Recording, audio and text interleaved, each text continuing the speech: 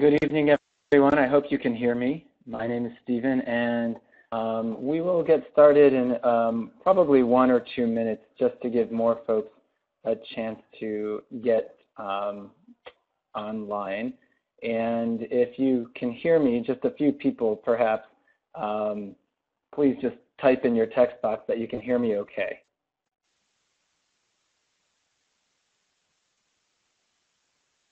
Okay, I heard from a few people, and so no need for anyone else to input, but I appreciate that. Just stick with us for perhaps maybe 1 more minute. I know that we have a lot of people signed up, and we have a lot to get through tonight. And before I forget, and I'll mention this in a few slides, if you can save all questions until the end, I will do my best to go through the presentation in a fairly efficient manner and then take lots of questions. Yep, so this is actually only audio, not video. It slows down the presentation quite a bit if you use video and webcam, and so that's why you can only hear and not see me. But hopefully everyone can see the presentation that I have. We will be mailing this. So I'll get started right about now, and others will catch on in a few minutes.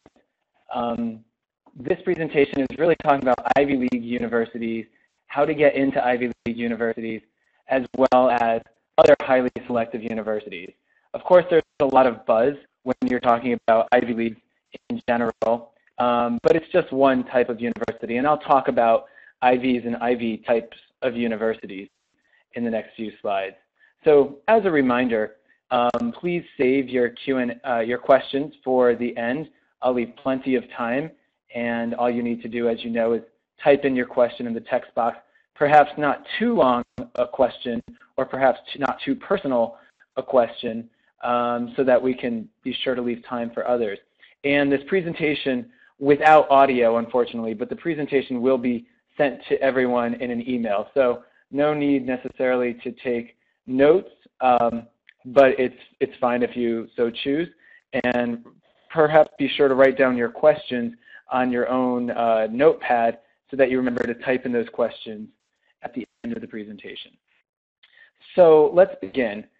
This is tonight's overview, talking about what is the Ivy League and thinking about, as I mentioned, Ivy League peer institutions, but also thinking about, in general, highly selective admissions.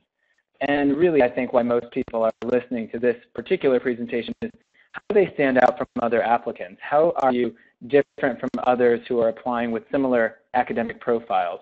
We'll talk about standardized tests briefly, as well as other considerations in admissions. And then my favorite slide is talking about how not to get in, what to do wrong. And there are easy things to avoid, but I've seen it happen.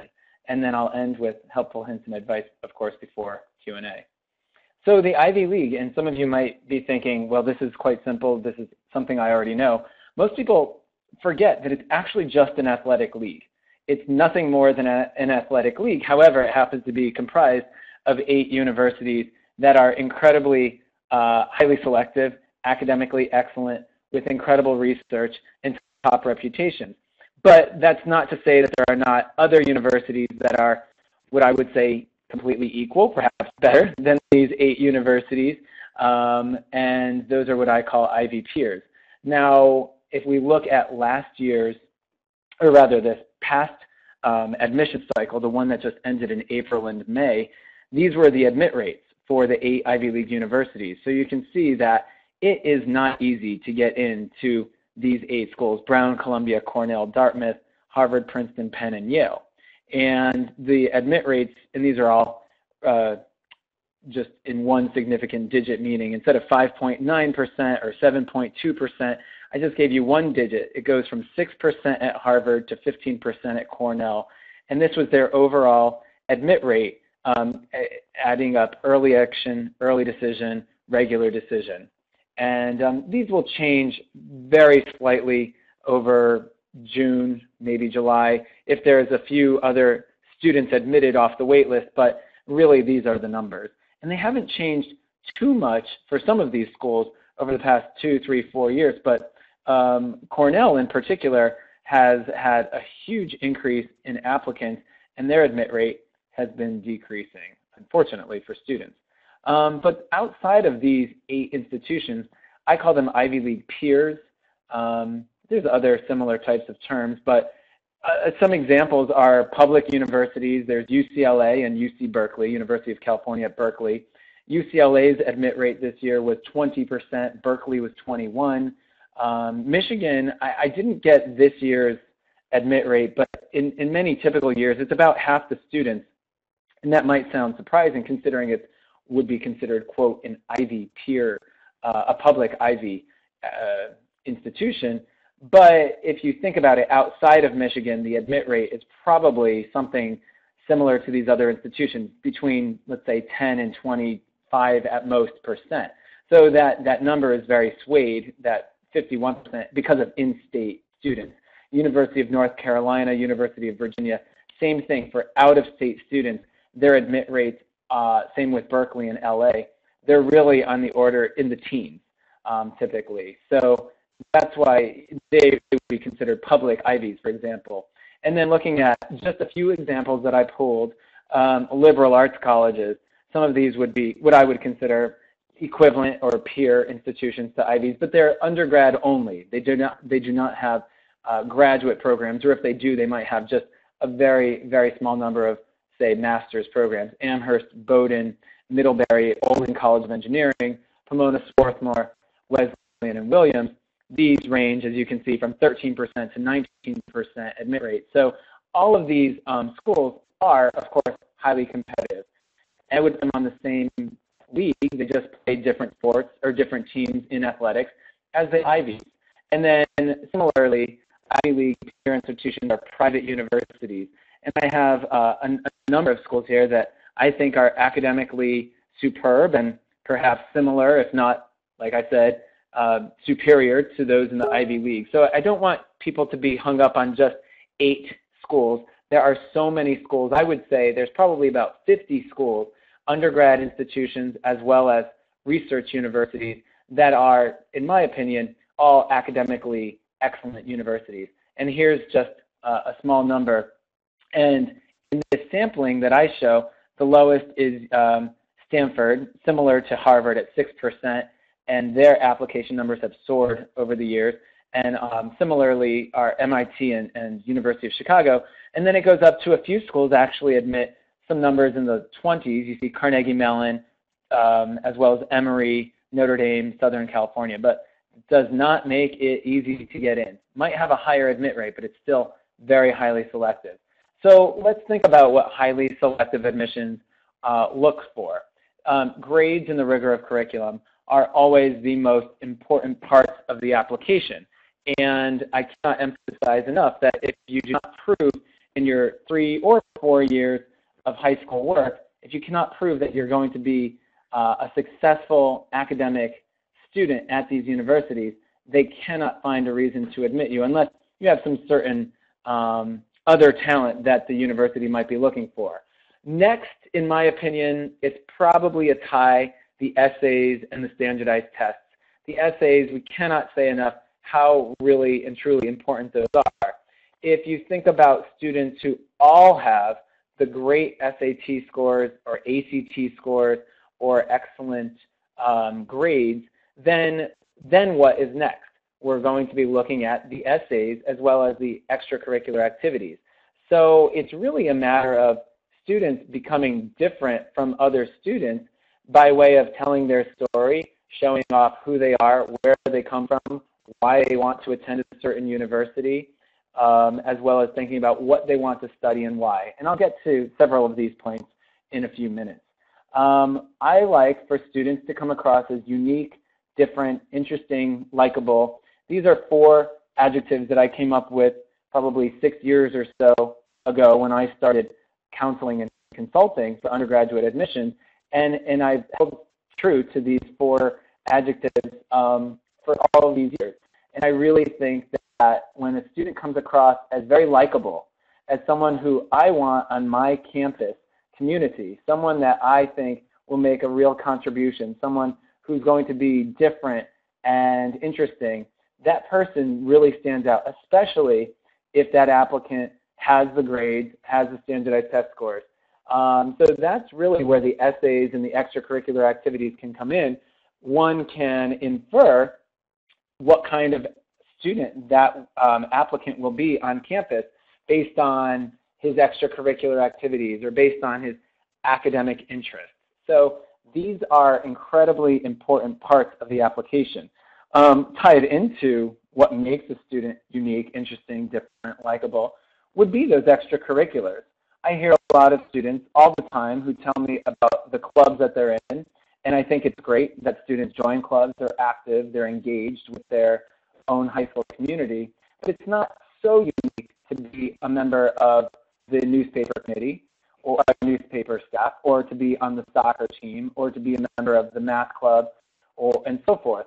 Because if you think about it, you're one of, say, 10 or maybe 15 or more students at your high school, and multiply that by every high school in America has those same clubs.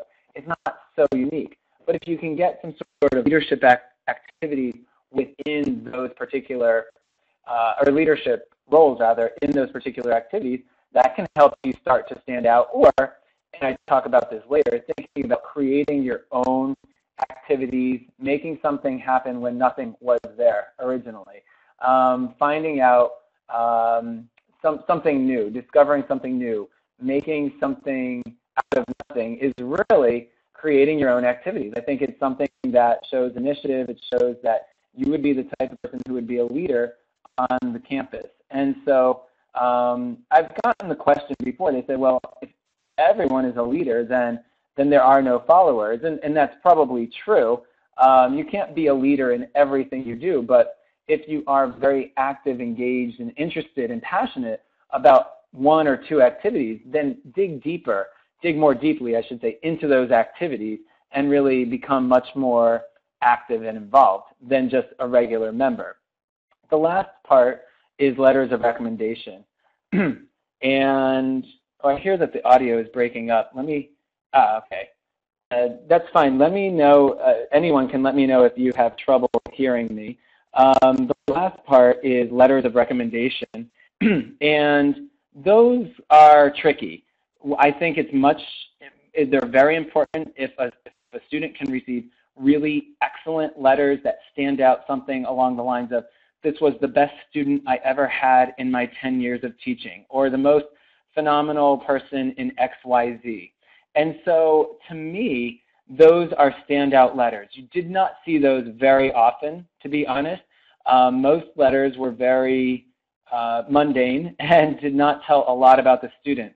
So if you are getting to know your college counselor or school counselor better, that could be a way to get a better letter of recommendation, to get a stronger letter. Same thing with your teachers. So the letters cannot necessarily are not necessarily the most exciting part of the application, but they are important. And if they're negative, they could also have a negative impact. I'm hearing from someone else that the audio is breaking up, so please let me know if this is better. If someone can tell me if this is better for hearing me. Good. Okay. Thanks, everyone. And then the last part that I hear, I guess a lot of people had opinions about that. The last part is that it's a holistic reading. If it were just about the grade and just about the standardized test, then they would not ask you for alumni interviews. They would not ask you for letters of recommendation. They would not ask you for essays. They would not care about your extracurricular involvement. And so it's not just your grades and it's not just your standardized test scores. It really is a holistic process where admissions officers are wondering, who are you in total? How are you as a candidate for this school? How will you fit in with the rest of the applicants who are also vying for the same few positions? So let's move on, and this is really going forward with how to stand out from other applicants. The first bullet point talks about geography, and this is a very quick story that I'll tell, but I used to work at Princeton University for 6 years in graduate admissions, and I was an undergraduate admissions consultant, and there was a student who had moved from outside of Atlanta to Princeton because he found online that the highest number of applicants who got into Princeton University went to Princeton High School. So he wanted to move to Princeton High School, and he did. He convinced his parents to do so. That was honestly the worst move he could have made because it was a skewed number. The reason Princeton High School has so many applicants going to Princeton University is really because there are so many alumni who live there as well as faculty, children who get in, honestly, because they have that connection and advantage. Living far away can absolutely be an advantage. And I'm not asking people to move. I don't expect you to move. You should not move. But it's true that they are looking for geographic diversity. So and applications are read in a geographic region almost always. And so if you live in a particular area, you're going to be competing with lots of other students from your high school or from all the neighboring high schools applying to colleges probably within 50 at most, or maybe 100 miles from your hometown. So if you want to go to Princeton and you're from outside of Atlanta, stay in Atlanta or move to Kansas. But I mean, it's really, geography does play a part. They want geographic diversity, but they also want academic diversity. And so academic diversity is very interesting. I always say, if you're looking for a freshman class of 1,500 students, you don't want 1,500 English majors to show up on day one in the fall, or 1,500 biology majors, and so on. You really I would get excited in admissions when someone was applying with an interest in what I would call an undersubscribed major. So many people will say, how do I know what the most popular majors are? And as I've listed here, this is almost always the case at most universities: biology, economics, government, psychology, English, and history. Not surprisingly, biology, I think a lot of people think that to be pre-med, they should be a bio major. I think that a lot of people think that if they want to go into business school someday, they should be an economics major. I think that people think that if you want to go to law school, you should be a government major or a history major, and so forth. So, sorry, I've heard from folks that the sound is breaking up again. I don't probably have any more tricks up my sleeve, so hopefully it will come back. Please let me know if it does not. But I listed a few unique academic interests or undersubscribed majors just randomly, thinking about entomology, linguistics, astronomy, German studies, and so forth.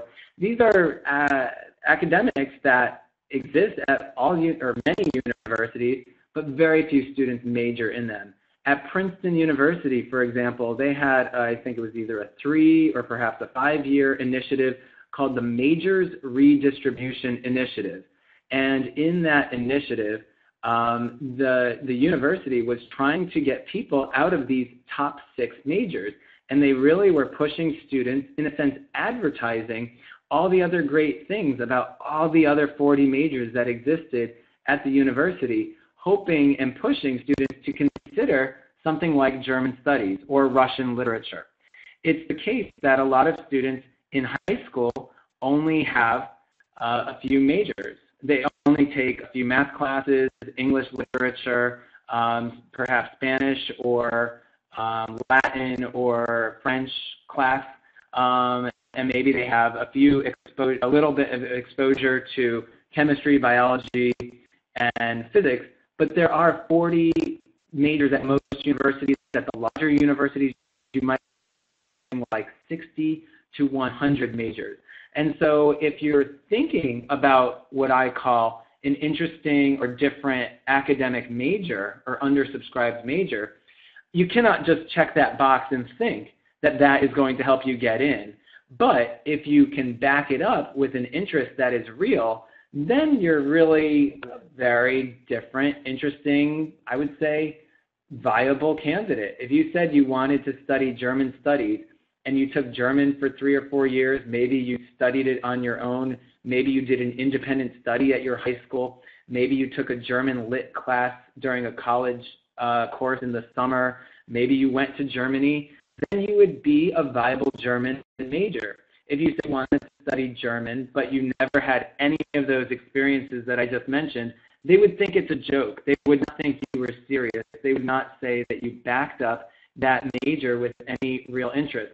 In doing a little bit of background homework to create this presentation, I actually found out that only 7% of students who will be at Harvard as freshmen this fall, only 7% check the box undecided, meaning 93% of students who will be Harvard freshmen this fall indicated they wanted a major.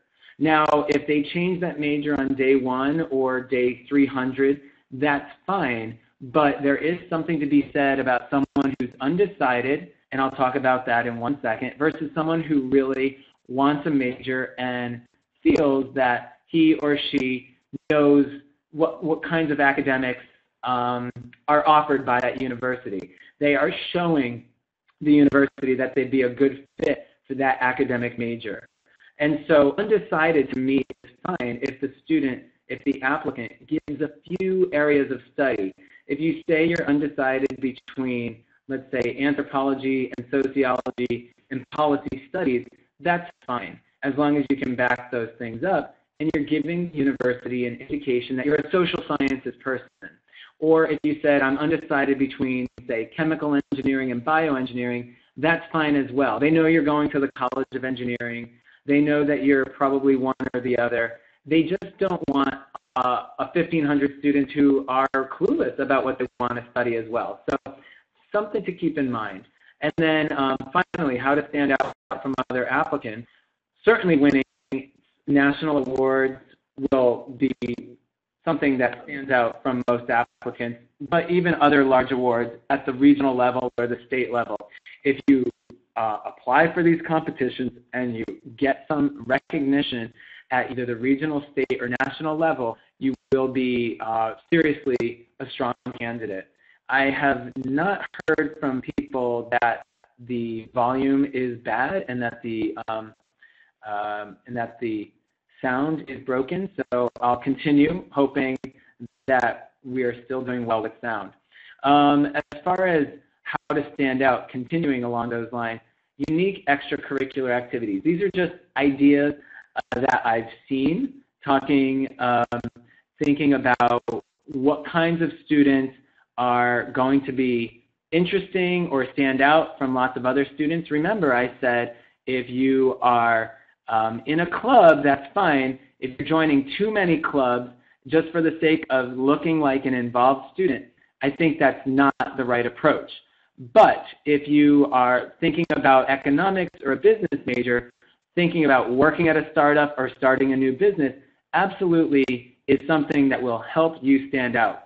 Or I like it when students aren't just on the cross-country team, but perhaps they do half marathons or a marathon to raise money for a cause.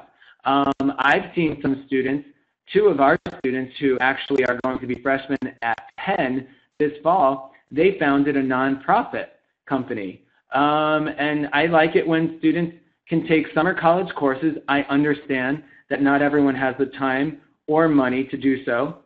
I often say that if you can take a summer college course on a university campus, great. If you don't have that opportunity, perhaps there is a community college course which is much more affordable right near your home.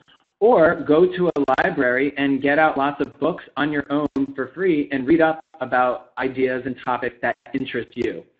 Other things that I've seen that are really interesting is students who create their own blog and get a following. I think that shows a topic of interest. You can send the link of the blog to admission officers. They will check it out, so it better be a legitimate blog.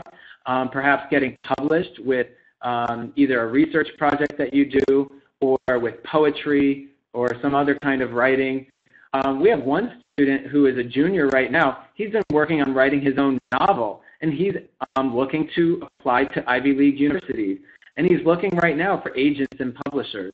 So, I mean, it's not what most students can do, but then again, these universities are not taking most applicants. They're taking a very small percentage. And then the last point that I put here is participating in unusual hobbies. And one of our students who's working with AcceptU right now This was my favorite activity, and it was randomly thrown out by his mother. She said that he likes making furniture. I've used this example in the past, but I really like it. She said that her garage is full of furniture that he's made. I think it's very interesting for a 15 or 16-year-old to have that as his hobby. I say, wow, that is someone that I think is neat and creative and interesting and innovative, and someone that I would like on my campus. So other means of standing out, certainly the essays. I can never emphasize enough how important it is to have excellent essays and something where you're really coming across as passionate and interesting. I think it's so important to open strongly, to have a really strong first sentence or paragraph that makes the reader want to continue reading. They sometimes read perhaps not entire essays, or they read only a small portion, or they're bored by the time they get to the fourth sentence because you haven't compelled them into reading the rest of the essay. But answer the question that is asked. Are you going to add to the campus community? How are you interesting and different? I actually also think it's good when students come across in some ways as vulnerable, someone who is emotional to an extent in his or her writing. I also caution students to not use vocabulary that is beyond their means.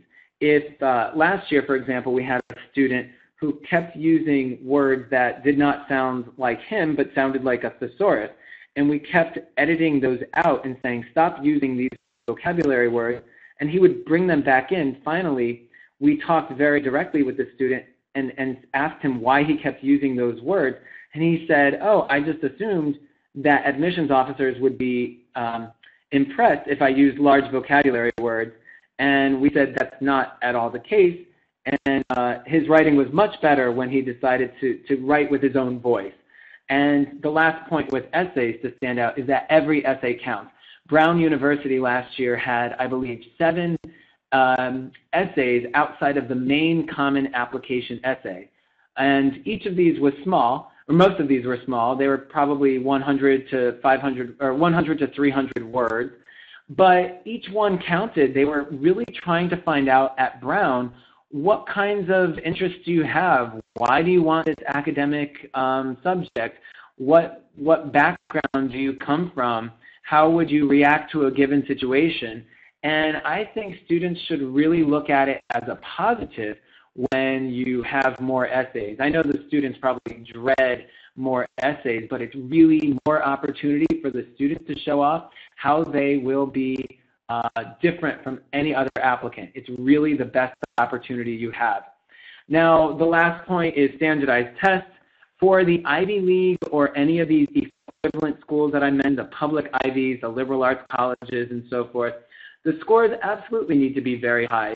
We know this, we've seen it. Not every score needs to be high, meaning if you want something in the science area or engineering major, your math scores and your math SAT subject scores and so forth certainly need to be higher than your critical reading and writing scores. But when you're talking these Ivy League or other highly selective schools, it is true that looking at their averages and looking at their middle 50th percentiles will give you a sense of whether or not you're a strong candidate. If you fall in their percentages or certainly near the top of their middle 50th percentile, then you'll be a better or stronger candidate. And it's not that the scores mean that much. It's just that they have so many candidates with great scores and great SATs that, great grades, that it's not surprising they're going to be looking at those scores. And they want high averages, of course. Now, many students think that the SAT or ACT or SAT subject tests are really like an IQ test. And that's not the case. You cannot just go in, take the test, and assume that your score is your score.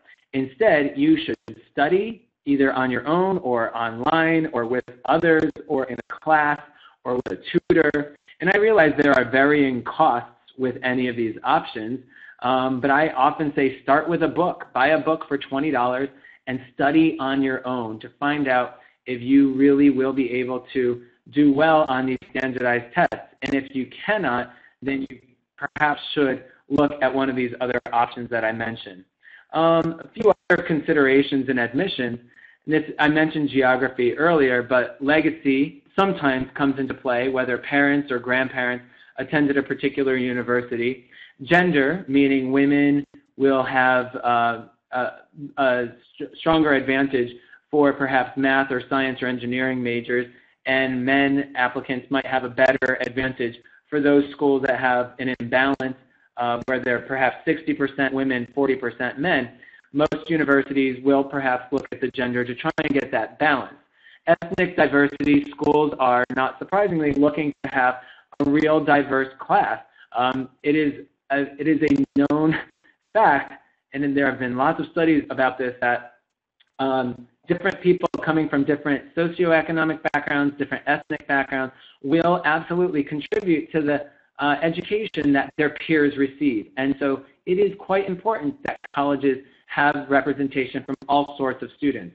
Of course, there's athletics recruitment. If you can be recruited for athletics, that absolutely will help you with respect to admissions, but very few students will be strong enough athletically to be recruited. And even if you think you are recruited by one of these schools, you need to be cautious. You might think that you're on the recruit list, but it is possible that you are not an official recruit and you are not told that. So I think with the smaller liberal arts colleges, the coaches are more forthright with who is an official recruit and who is not. But with the Ivy League schools, I would trust no one in some sense and assume that you might not be recruited. Musical or artistic talent certainly can come into play, and I think that you should submit a portfolio or a musical or dance recording or acting, theater recording if you feel that it's very strong and if it certainly will add to who you are as a candidate. Even if you want something like an anthropology major or a linguistics major or an Asian studies major or a chemical engineering major, to me that's so cool to have a student who wants who has musical or artistic talent. And then I always slightly add the joke that donors, of course, might be considered in admissions, but it is true. I have a question, but as I mentioned, I will take all questions at the end, just a few more slides, and then I'll get to your question and then and any other questions. Like I said, how not to get in. Do not visit the colleges that you're going to apply to. And the reason I say that is because even these larger Ivy League type schools are trying to figure out who is genuinely interested. When they have 30,000 or 35,000 or 40,000 applicants, and you live within, say, driving distance of a university, you absolutely should be visiting that college. If you live across the country, it is absolutely forgivable, and it's perhaps, I should say, not expected that you visit. But you really should be visiting colleges that you're planning on applying to. It says, do not demonstrate or express interest. That's similar to do not visit the colleges. For example, if the college says, would you like an on-campus or an alumnus interview, especially an alumnus interview, that is so easy. That is in your neighborhood at a coffee shop, and you say, no, I do not want to meet with an alumnus of your university, then they are very unlikely to admit you because it seems to them that you really don't want to go there. Do not treat others well in high school. You're probably wondering why in the world I included this. But several years ago, one student had absolutely perfect, or I shouldn't say perfect, but appropriate grades and scores to get into Penn. Both of his parents went there. He applied early decision and was rejected. And it's because his letters of recommendation talked about how he treated others in high school. So be cautious of how you treat others, your teachers, and the guidance counselor, the school counselor, because it wasn't outright told, it was not told outright in the letter of recommendation that the student was rude, but it was implied very clearly. And so, like I said earlier, a negative letter of recommendation will do much more harm than a positive letter of recommendation will do good.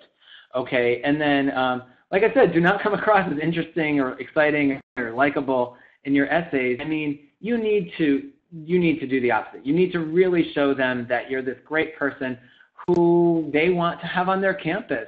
And you can show them in your essays how you can fit in with their academics and with their campus. Now, with the academic focus, I mentioned this a bit earlier. If you have academic focus or a couple focus areas, they will want to see that. And then finally, if you can show potential for leadership, that certainly can help. And 2 more slides just talking about helpful hints and advice. I think starting earlier is always better. Some people start in 8th or 9th grade, and that's fine. 8th grade, 9th grade, 10th grade.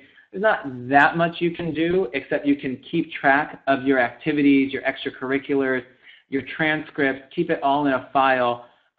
Track the number of hours per week, weeks per year, positions held, because this will be asked of you when you fill out your applications. I've mentioned several times getting to know your guidance counselor, often called a school counselor. That person will write one of your 2 or 3, typically 3 letters of recommendation, and I always say that I will write a better and stronger and more emphatic letter for someone I like and for someone I know. So if they know you and if they like you, it will be a better, stronger letter. Same thing with your teachers. I also say that with respect to extracurricular activities, it's not about collecting activities on your resume. I don't think it's appropriate to have 10 or 20 activities. I always like the magical number or range of 4 to 7 activities. It shows that you did not take on too much, and instead you were passionate about just a smaller number of extracurriculars. It's fine for you to drop activities. If you don't like them, drop them and pick up something else. You just do not need to tell colleges about every activity that you have dropped. You just want to know what did you stick with and what did you like. As I mentioned, 4 to 7 activities is really what I think is key. Something along those lines. And each activity you should participate in for 2 or 3 or 4 years. Now, something else, like I said, starting early in the process, also you might want to consider early decision or early action in your senior year. And early decision and early action, especially early decision, these numbers are out there, and they have much higher admit rates in early decision. Oftentimes, it'll range between 15 and for the Ivy League schools, 15 or 30% admitted in early decision. That probably drops to 5 to 12% in regular decision. I'm not saying that you have a candidate. It is something that can confer a possible advantage on applicants. Now, advice, I've mentioned a lot of this already, working hard in all 4 years, but especially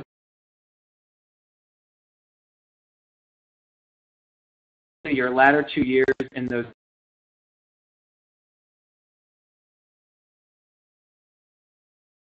strong and compelling, and thinking your own extracurricular activities.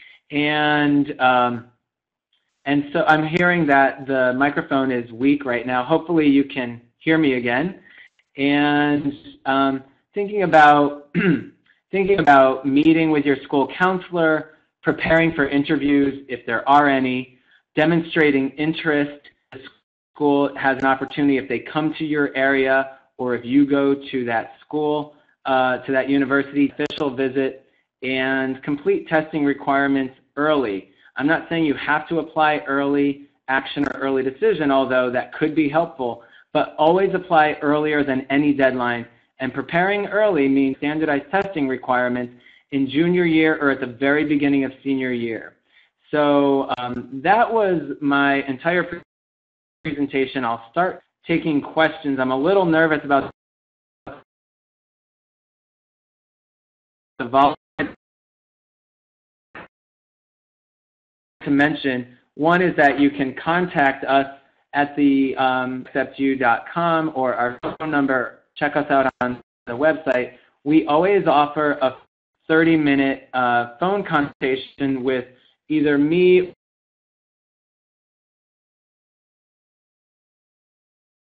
or our admissions. Other point that I wanted to make was that our webinar today was being held in partnership with Cloud College. Cloud College is a terrific online tool for you to search for and learn about top colleges and universities in the U.S. And it's Cloud College, CLOUD.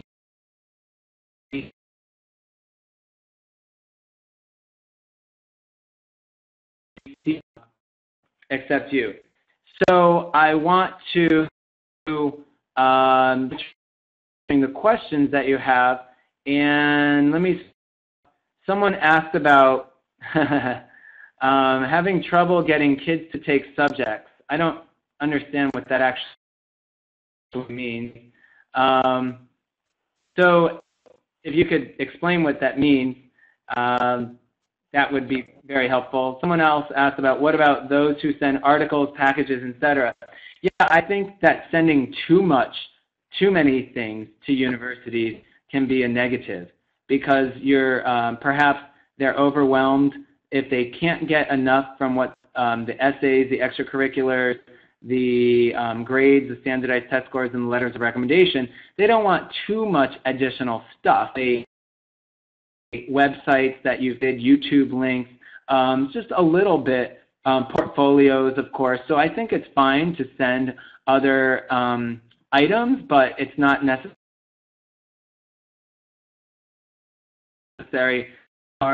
And in all honesty, that is a real turnoff to admissions officers. And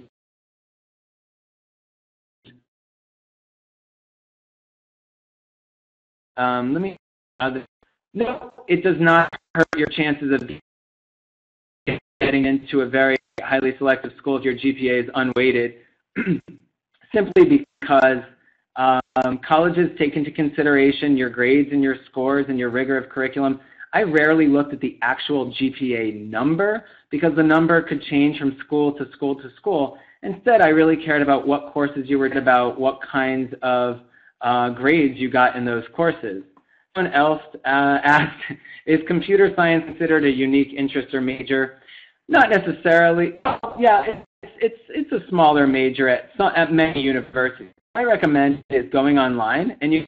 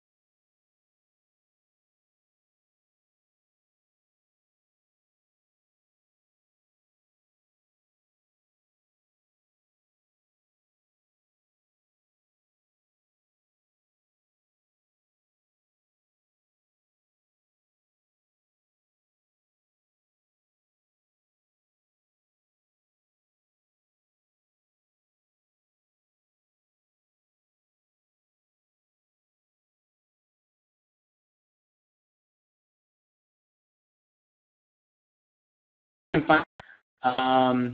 Someone else asked. You are no longer a presenter. Can everyone still hear me?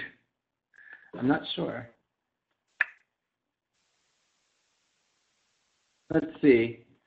I think that the volume just broke.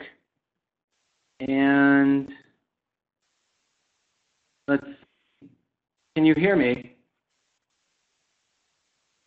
The audio is gone. Oh, okay. It just came back. Sorry about that. Well, I'm glad this is free and that you did not pay for it since the audio keeps going out. But thinking about the essays, I think it's really, those questions can give you a good sense about what to write about. Like I said, thinking about who you are, where you came from, where you've succeeded, where you've perhaps failed, that gives students an idea of what kinds of things colleges want to know. I mentioned earlier being vulnerable to an extent, and I think that vulnerability sometimes shows emotion. It shows that this is someone who is going to express who he is or who she is very openly. I see that there's honestly about 50 questions, so I will try and get to them, and just bear with me. I'm glad that the audio is back. The UC system, University of California system, does not require subject exams. My student is resistant to take them if they're not required. Well, okay, that's fine, but there are many universities that require SAT subject exams, and so you do not necessarily want to preclude yourself from applying to these other universities if for whatever reason your student wants to apply to other schools, then she is not able to without these subject tests. So that's something to consider. The other thing is oftentimes you can suppress your scores, and so it's possible that you take exams, and most universities allow you to pick and choose which tests to submit. So that is another consideration. Someone asked, what's the chance of a well-rounded student with a high SAT score and high GPA but lack of great leadership and national awards to get to top schools? In all honesty, you still have a great chance, especially with the high scores and the high GPA. Not everyone, as I mentioned, can be a leader in all things, but I think the essays need to be compelling. Most people do not have national awards.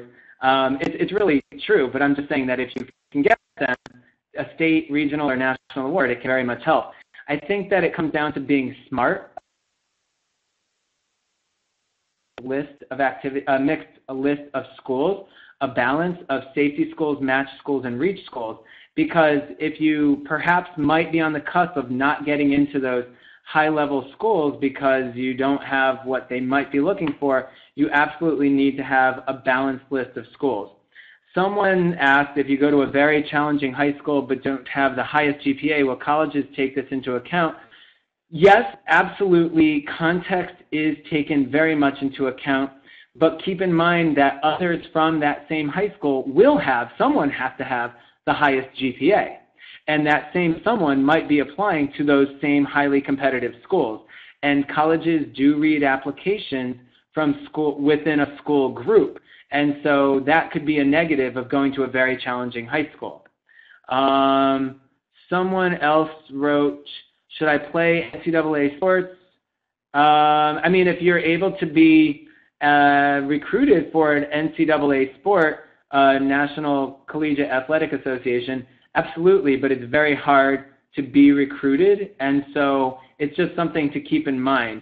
Most students do not necessarily have the athletic talent to be recruited.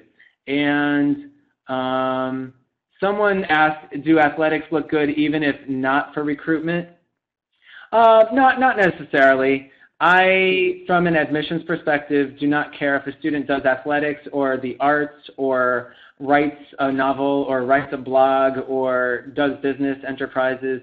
It doesn't matter. If you don't like sports, don't do sports. That's fine.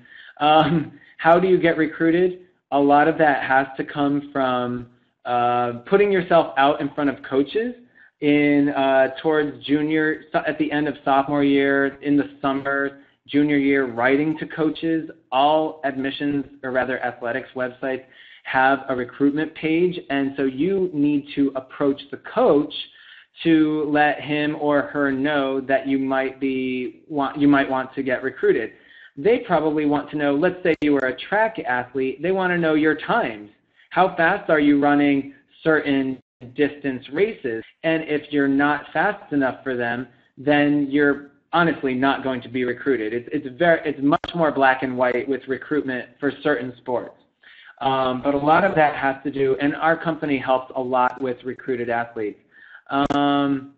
So let's see, okay, the person who asked earlier, I can't find, I have so many, here we go.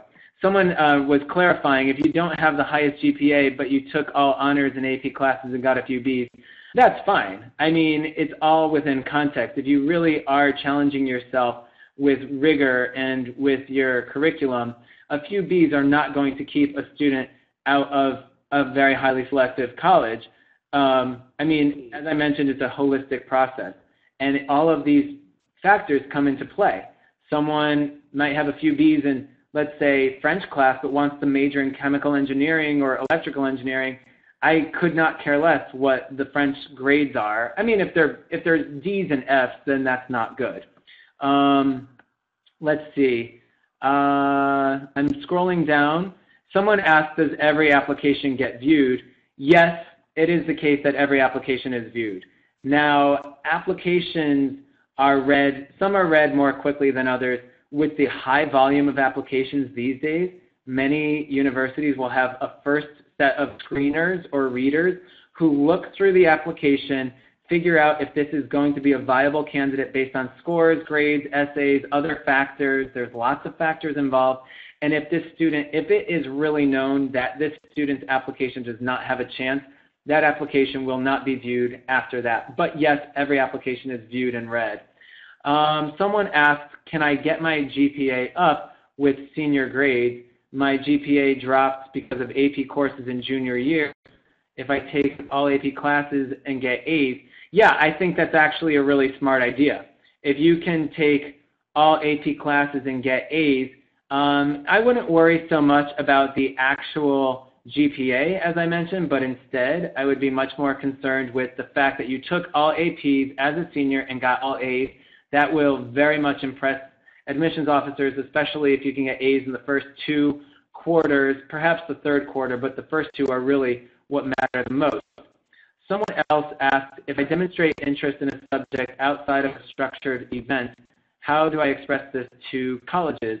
Oh, I think in studying languages on your own during the summer is absolutely the best way to, you basically need to tell colleges what you're doing. If you do not tell colleges, what you're doing, they're not going to know. I think it's actually great because it shows initiative. It shows that you've gone above and beyond the curriculum. It shows that you're academically inquisitive.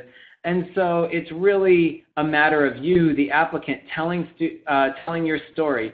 Princeton University does ask, what have you done the last 2 summers? But I don't think, none of the other Ivy League schools ask you about your summer activities. So I don't know of any other university that asks that. So you need to let colleges know what you've done. Someone else asked about, what do you tell a student with a 2300 SAT? Oh, do you advise her or him to take it again for the highly selective colleges? I typically do not. I actually would only say to take it again if you can pretty much guarantee that you're going to get a 2400. Because, I mean, it's becoming an incremental increase. A 2300, 2310, 2320, there's no real difference. And, I mean, I would look at the different parts of all of those components, meaning critical reading and writing and mathematics. And I really think that a 2300 is a phenomenal score. And if you can get it up to a 2400, fine, that would be great. But if you're not going to even get there, then probably it's best to concentrate on other things. Someone asked about SAT subject preparation.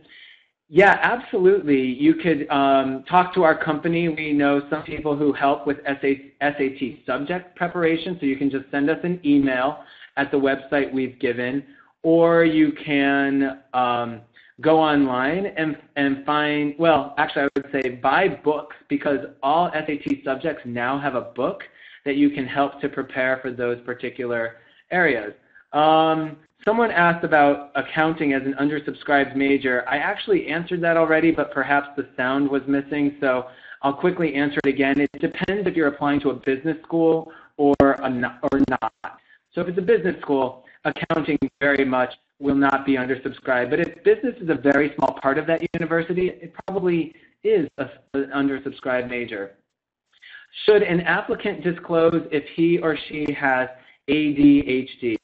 That's a very difficult question to answer. We get it every single year. It does not get easier each year. I think that students should feel comfortable disclosing that information if they think it adds to who they are as an applicant. I think that if it's part of their story, that is something that they should feel comfortable disclosing. But there's no law, to my knowledge, that indicates you need to disclose that information. Someone else asked, does the EAP score help with the Ivy League? I do not know what EAP stands for, so maybe you could type that in and I'll find out later what that means.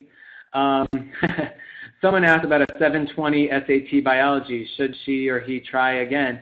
Well, I think that if you want to be a bio major and you feel that you can get that up to a 780, 790, 800, perhaps you should take that again. But again, everything is a very individualized case. And that's why our counselors work with each student really one-on-one, because it's really almost impossible to answer. Again, it goes to that holistic reading process. If I do not know what the rest of your application looks like, it's hard for me to answer. But a 720 in biology is an excellent score. And so, again, think about context. Think about, can you get it up to close to an 800? If you can, then I don't think it's a bad idea to take it again. Someone asked about, I think I answered that question and perhaps the audio was off. Do I have a chance to bring up my GPA in senior year if you do well in AP classes? Absolutely. They are always looking for senior grades. That should be your most rigorous curriculum. Don't worry so much about the actual number GPA, as I said. You should worry instead about getting excellent grades in a very rigorous curriculum. Do colleges look at high school rank? Absolutely. If the school ranks, and a lot of schools do not rank, but if your high school does rank, it will very much be considered. And they'll be wondering, are you in the top 1%, 5%, 10%? Someone asked the question earlier about the competitive nature of the high school. The more competitive the high school, the more forgiving colleges will be with your rank. For example, if you go to a high school where only 20% of students go on to a four-year college, they are not going to consider that a competitive high school, and they are going to expect that you're probably number one in the class if you want to have a chance at a very highly selective university, or number two, or something like that. But if you go to a high school where out of the 400 seniors, 390 go on to four-year colleges, that is a very competitive high school, and yes, they will be much more forgiving with your class rank. So there are many other questions. I'll ask that no other questions come in, simply because I would like to get to all of these, and it's almost 9 o'clock. And someone asked, do colleges take into account what classes the school offers? Absolutely. The school profile is very important. If your school offers 4 AP classes, then that's great if you take 1 or 2 or 3 or 4. If your school offers 20 classes in APs, then maybe you should take more. If your high school offers 0 APs, then you aren't expected to take any. So it's very much school by school driven. They absolutely look at that school profile to know how has your curriculum been compared to what the maximum rigor is at your school. Someone asked about our consulting fees and our structures. I'll actually ask that you email us that question and we can talk to you individually about that. Someone asked, I hear that the timing for the SAT and PSAT is changing from the beginning of junior year to the beginning of sophomore year. Is this true? Actually, that's funny because it has always been the case that the PSAT is offered at the beginning of sophomore year. It's just that some high schools choose not to offer it to their sophomores, and instead they only offer it to their juniors. So if you want to take it at the beginning of sophomore year, you should go find a neighboring high school, if possible, that offers it for sophomores.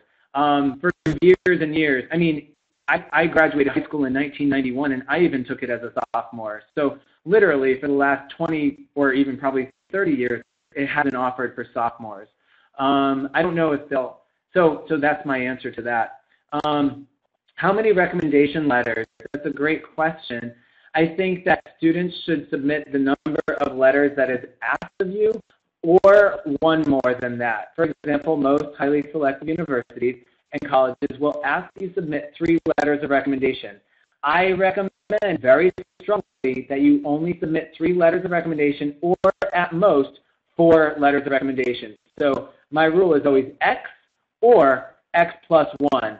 If you start sending too many letters of recommendation, you are going to turn off the admissions committee. They're going to feel that you are trying too hard or that you are trying to compensate for something. So someone else asked, will the Ivy League be looking at Common Core standard scores in junior year?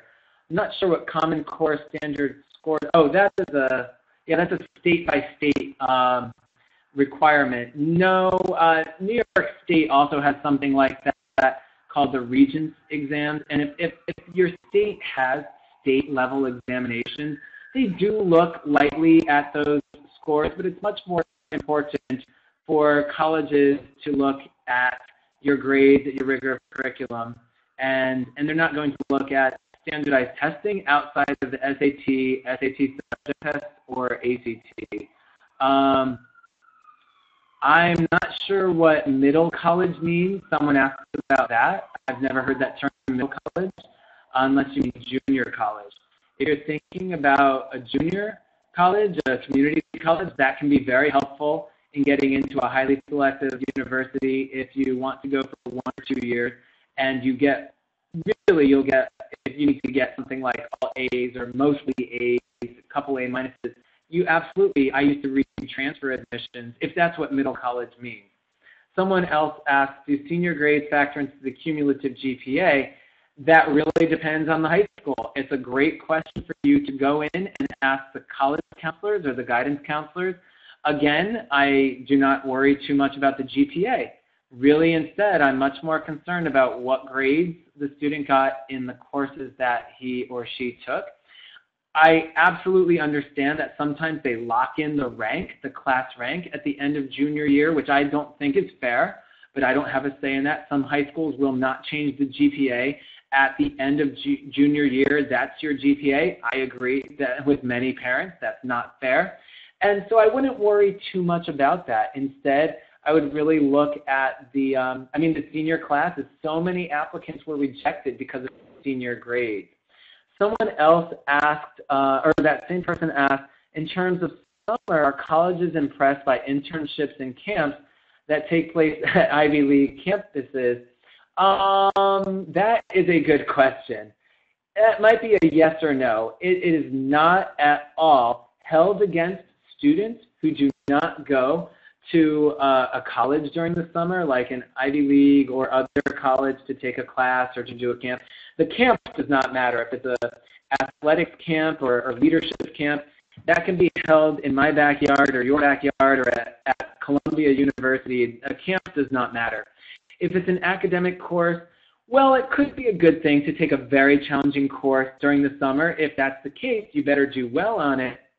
If you wanted to, I used to teach at Cornell Summer College, for example, and yeah, a lot of students would look for letters of recommendation. They would get a transcript from Cornell.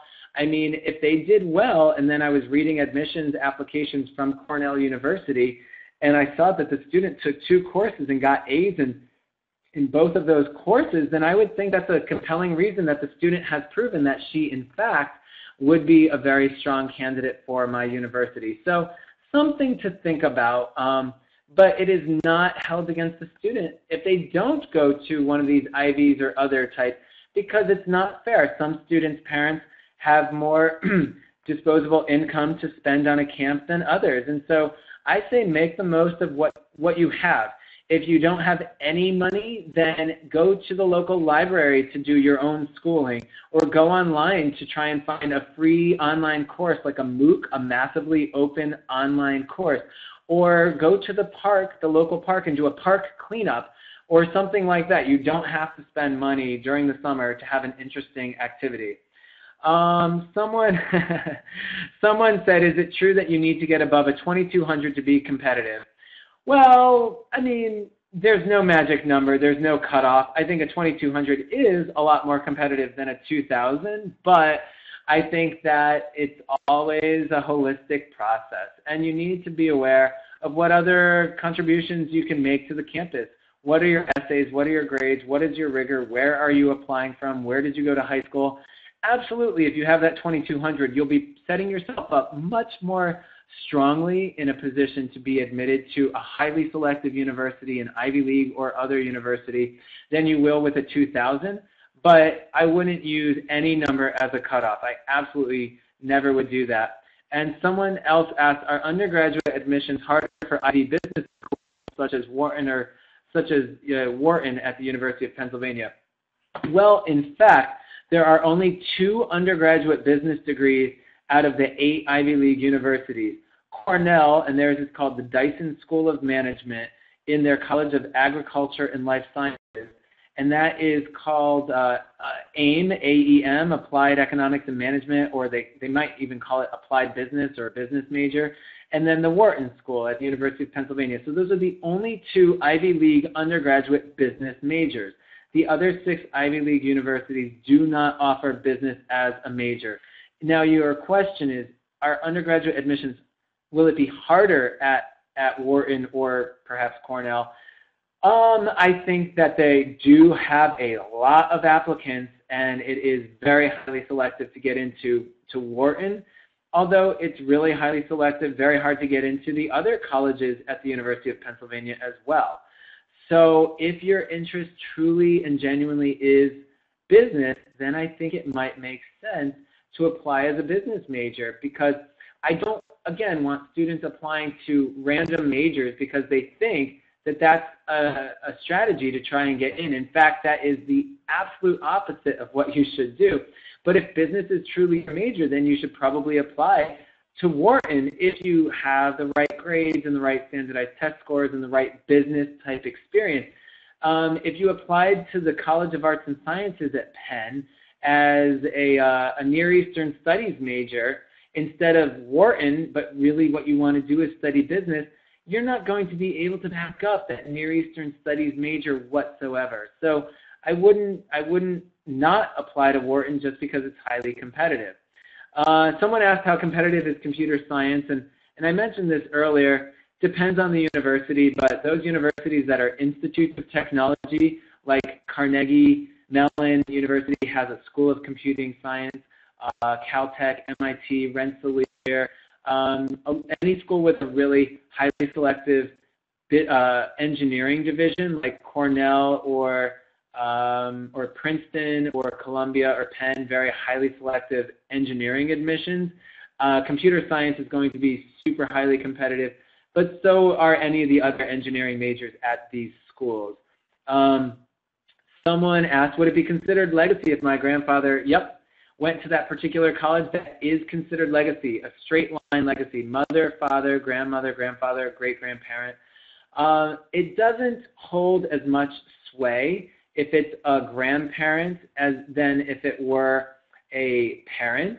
And if your grandfather, the last time he set foot on campus was 50 years ago, it's probably not that meaningful a relationship between him and the university. So the university would feel less, quote, compelled to admit a student just because the grandfather attended that university. But if both parents went there, if they were very active alumni, certainly I'll just be honest, if they've given money over the years, then yeah, that could help a student get admitted because they feel the parents, the family that's very involved and active with their alma mater. I haven't seen any notes lately that said that you can't hear me, so that's a good sign.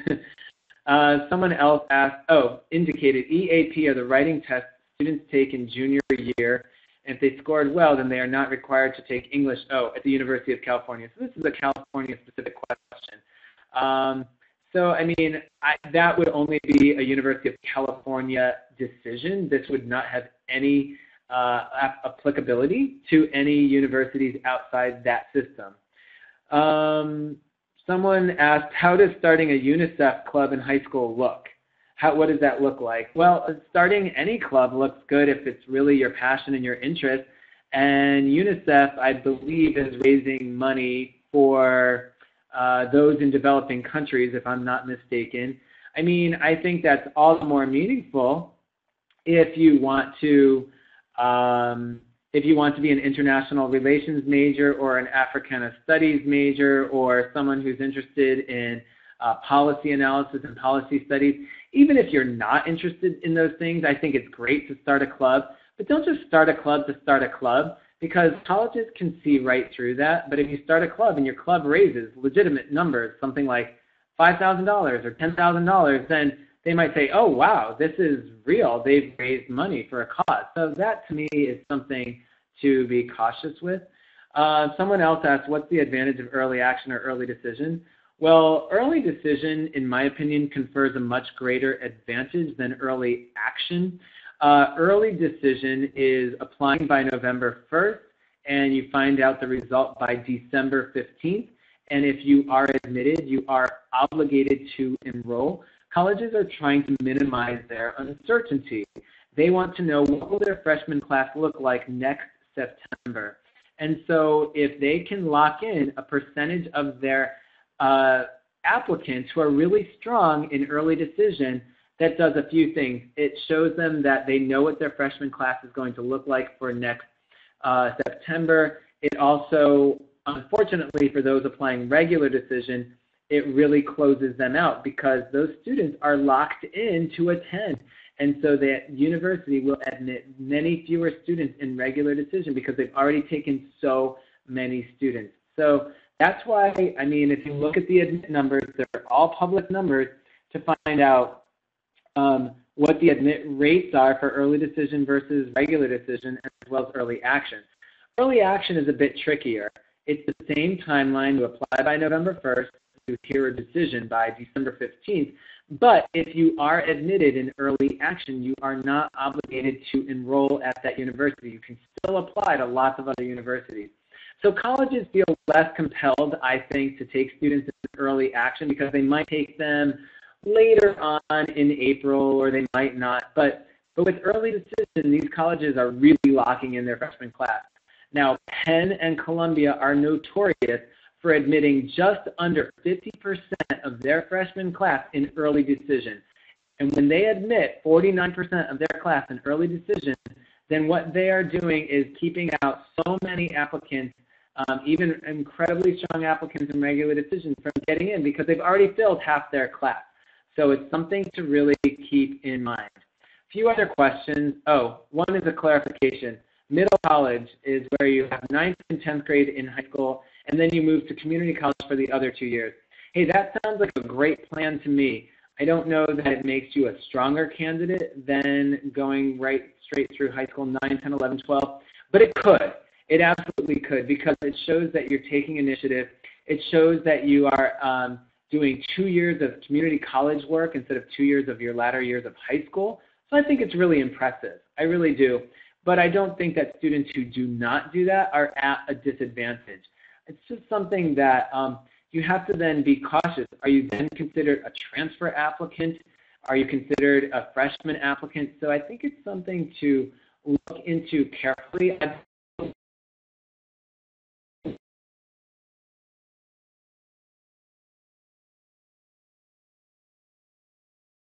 believe that you would likely